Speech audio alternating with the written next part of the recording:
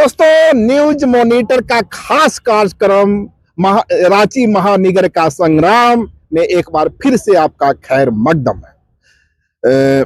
जैसा कि मैं पूर्व में भी बता चुका हूं आपको, हमारी कोशिश है कि रांची नगर निगम में जो 53 वार्ड है उसके तमाम चेहरे जो आगामी नगर निगम चुनाव में उतरने को बेकरार है, उतावले हैं, कमर कस चुके हैं, उनसे आपको रूबरू करवाऊं।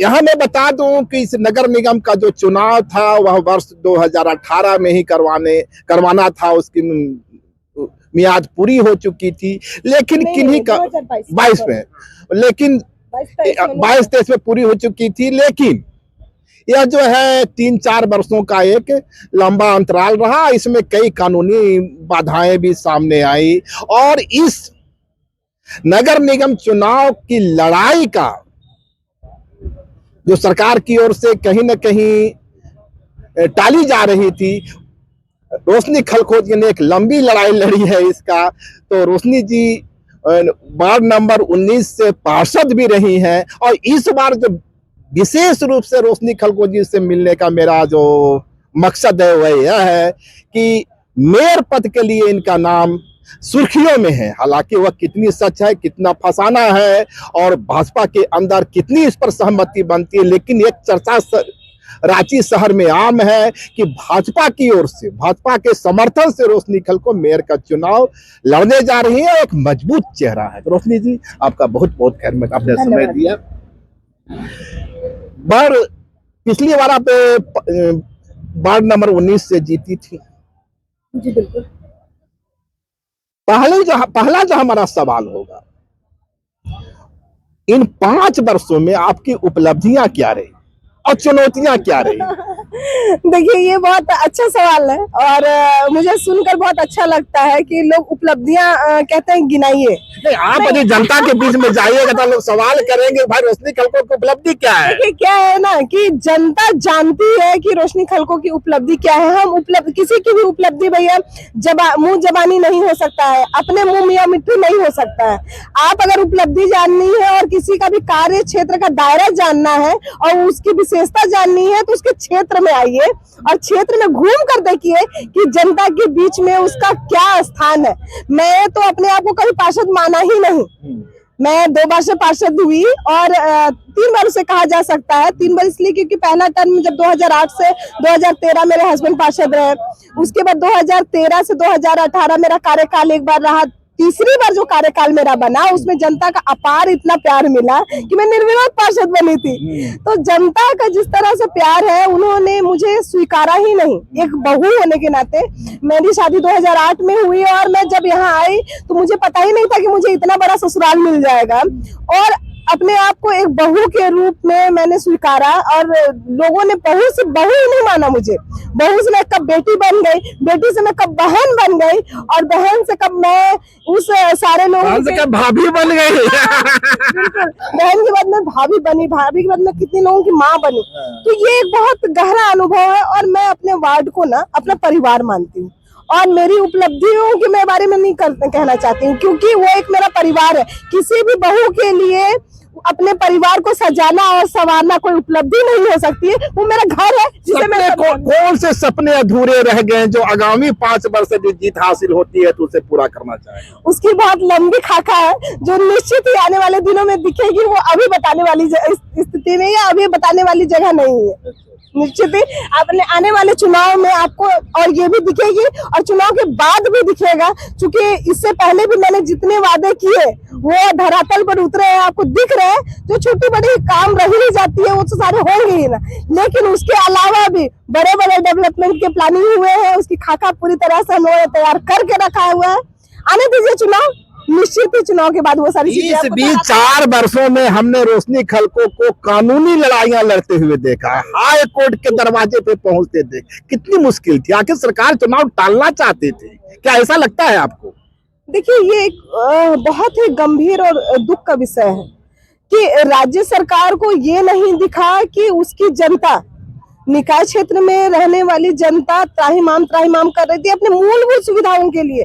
पानी के लिए, बिजली के लिए, पेंशन के लिए, जन्म मृत्यु प्रमाण पत्र के लिए, जाति प्रमाण पत्र के लिए, सड़कें देखिए जहां तक खोद करके जनता को गिरा करके उसे जटिल बनाने की स्थिति हो गई। आज जो जितनी भी सड़कें थी उनको हम लोगों ने, जो भी पार्षद है या फिर जो परिषद था, बोर्ड परिषद था, उसने पूरी ताकत लगा करके पूरे रांची शहर को सुंदर बनाने का कार्य किया था। लेकिन जैसे ही 2 साल का कार्यकाल का गैपिंग हुआ, उसमें आप शहर की स्थिति देख लीजिए कितनी बद से बदतर हो गई है।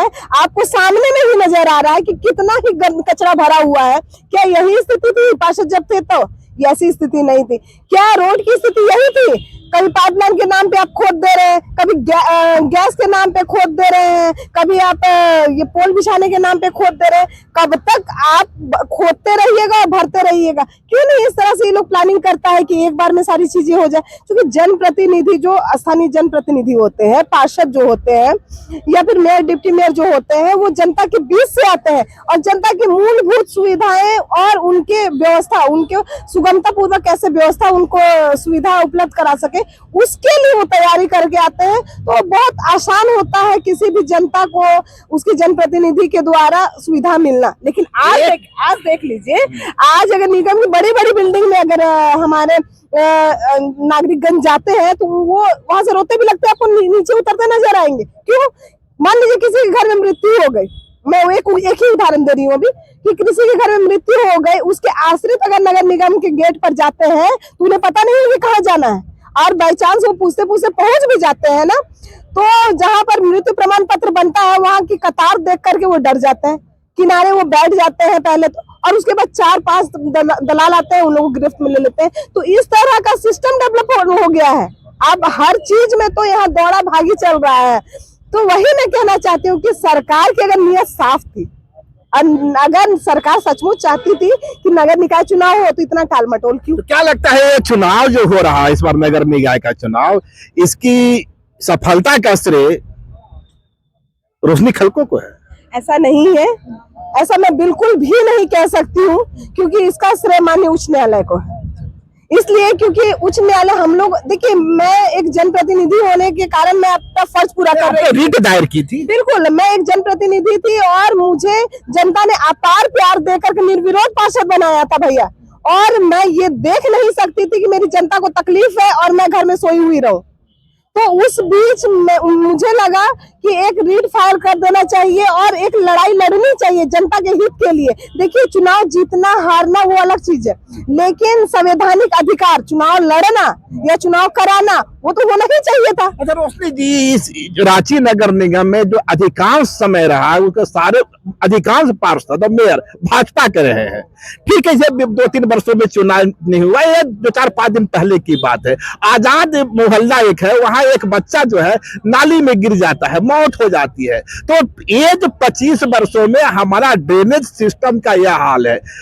दिल्ली में घटना घटी थी, पूरे देश में भौकाल हो गया, भाजपा कटघरे में खड़ा हो गई, लेकिन राजधानी रांची में भी वही घटना दोहरा दी गई, इसकी कहीं चर्चा भी नहीं हुई। ऐसा नहीं है भैया, जब तक नगर निकाय सही रूप से प्लेटफॉर्म पे था और सचमुच वर्क कर रहा था, आज कितने ही पार्षद है जो सचमुच एक्टिव है, आपको नजर आ जाता होगा। इसलिए क्योंकि उनकी जो शक्ति थी उसे स्थिर कर दी गई है। जो लोग भी आंदोलन में उतरते हैं उन लोगों को तो जेल में डालने का कार्य कर दिया जाता है गठजोड़ की सरकार के द्वारा। तो भी बहुत सारे लोग हिम्मत करके हम लोग भी रोड पर उतरते हैं और उसके बाद हम लोग आंदोलन करते ही हैं। लेकिन देखने वाली बात यह है कि इन 2 सालों में बहुत सारे क्षेत्र की स्थिति बहुत गंभीर हुई है। बहुत सारे जगहों पर प्लानिंग पहले से हुई थी, जब भाजपा की सरकार थी यहाँ पर उस वक्त भी, और जब हम लोग भी यहाँ पर पार्षद थे तब सारे नालों को कैसे ढकना है, कैसे कवर करना है, उसकी प्लानिंग भी हुई थी। लेकिन क्या है ना, यह मैया सम्मान योजना देने के चक्कर में कितना फंड नगर निगम को मिल रहा है ये जरा आप समझा दीजिए। और नगर निकाय चुनाव रुका हुआ है, जिसके कारण वित्तीय स्थिति ऐसे ही नगर निगम की खराब है, तो वो कार्य करे भी तो कैसे करे? तो इसके लिए तो जिम्मेदार सरकार है। ये माइक उठा के आपको सरकार से पूछना चाहिए कि ऐसी व्यवस्था आपने क्यों बनाई।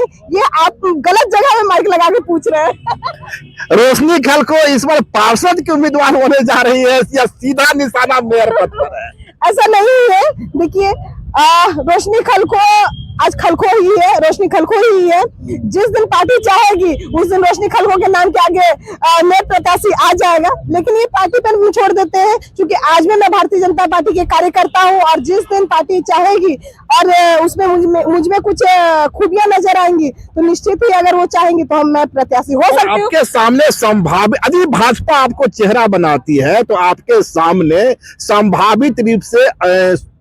संभावित रूप से अंतु तिर्की होंगे, जेएमएम की ओर से, कांग्रेस की ओर से भी उम्मीदवार होंगे। इस हालत में चुनौती या कितनी होगी, आप कितना आश्वस्त नजर आते हैं? क्या भाजपा का कमल फिर खिलेगा नगर निगम में? निश्चित ही मैं विश्वास दिलाती हूँ आपको कि भाजपा का ही कमल खिलेगा, क्योंकि आप देख रहे हैं कि ये 2 साल रांची सहित कुछ नगर निकायों में 2 साल हो गया नगर निकाय चुनाव टाले हुए, और देवघर और धनबाद सहित तो 5 साल का कार्यकाल वो लोग पूरा भी कर चुका है। तो मैं बस इतना ही सरकार को कहना चाहती हूँ कि अब क्या मुंह लेकर के जनता के पास जाएंगे ये लोग, जो दूसरे पार्टी से प्रत्याशी होंगे वो लोग क्या मुंह लेकर के जाएंगे, क्योंकि जनता के हक की लड़ाई इन्होंने लड़ी नहीं, बल्कि हमेशा टाल मटोल करके। अब सवाल मेरा टाल रहे, अंतु तिर्की और रामा खलखो को कितनी गंभीर चुनौती मानते हैं? हम नहीं मानते हैं उन्हें गंभीर चुनौती बिल्कुल भी, क्योंकि जनता के बीच में वो लोग कितना रहे हैं ये वो लोग जाने। मैं जनता के दिल में बसती हूँ, ऐसा रोशनी खलखो को विश्वास है। तो ये थे हमारे साथ रोशनी खलखो जी, जिनका साफ मानना है कि वे राजधानी रांची के जनता के दिल में बसती हैं, और जब पार्षद थी और जब उनका कार्यकाल समाप्त हुआ उसके बावजूद भी वह जन मुद्दे पर सक्रिय रही, और नगर निगम का जो चुनाव टाला जा रहा था इसके लिए उन्होंने हाई कोर्ट में एक लंबी लड़ाई भी लड़ी, और इन्हें विश्वास है, इस बात को आश्वस्त नजर आती है कि भाजपा उन्हें अपना चेहरा बनाएगी। हालांकि चेहरा बनाएगी नहीं बनाएगी यह सवाल अभी उलझा हुआ है। देखते हैं आने वाले दिनों में यह जो तस्वीर है कैसा रंग बिखेरता है।